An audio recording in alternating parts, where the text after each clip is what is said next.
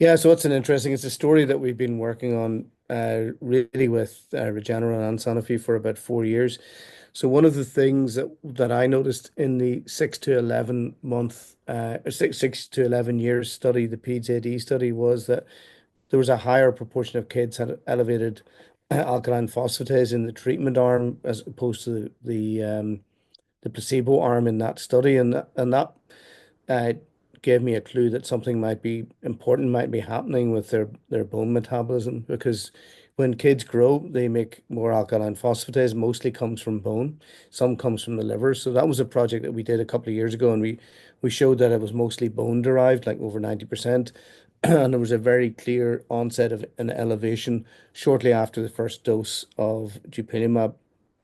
And that was really intriguing because it made the suggestion that there may be a bone health benefit to the treatment compared to placebo in that very tightly regulated RCT, randomized controlled trial environment. So that stacked up. And then when we looked at the switchover at week 16, again, the same thing happened when placebo went to active arm, and it happened with both doses. So it looked like a real drug effect on the bone health. Then we got to wondering, would we see a vertical growth change in that period? Because it was a short period, just 16 weeks. And the way that we went about that is we know that the baseline population in those studies, they have a slightly higher BMI compared to a reference population, and they have a lower height compared to a reference population. So we looked at the kids who were most behind where they should be to their sex and aged uh, peers according to the CDC growth charts essentially, and we looked at those who were in the bottom deciles, 10th decile, second, 20th decile, and so on. And we observed what they did through their exposure to dupilumab for those 16 weeks. And again, we compared the proportion of patients who gained a 5 point improvement on their decile. So again, they're being compared to themselves, but also to their peers. So it's a kind of internal, external review comparator.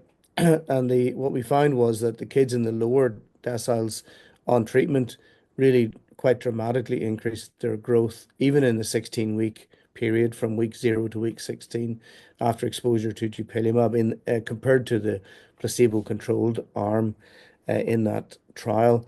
And we saw that most markedly in the lowest 10th decile and still markedly in the lower 20th, the lower 30th. As you got into the 40th and 50th, the effect is still there, but the effect size is a little less. And when you get into the age range up towards 11, it's a little less marked in female children versus male children, but it's a really powerful effect. Then that essentially asked the question, well, was it a question of how much topical corticosteroids kids were using? Was it simply that they had a growth restriction that, or obviously absorption of topical corticosteroids is it could potentially cause growth restriction. It's one potential mechanism.